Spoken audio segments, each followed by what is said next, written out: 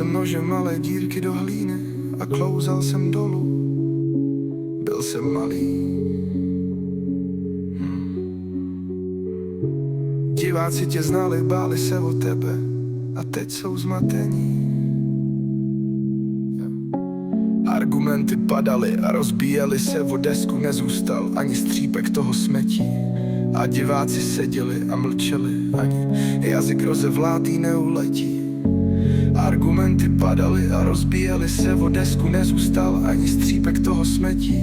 A diváci seděli a mlčeli, ani jazyk rozevlátý neuletí. Sladká značka se objevila na podlaze, asi ve výšce očí na dosah ruky. Ale teď tam není, stojí tam dům, jazyk rozevlátý letí. Sladká značka se objevila na podlaze, asi ve výšce očí na dosah ruky. Ale teď tam není, stojí tam dům, jazyk rozevlátý neuletí. Sladká značka se objevila na podlaze, asi ve výšce očí na dostání, na dosah ruky.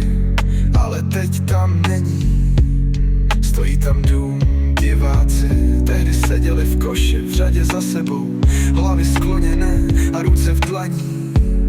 Ty zrovna začal jíst. A jak si přežil? A jak si přežil? A jak si přežil? A jak si přežil? A jak si přežil?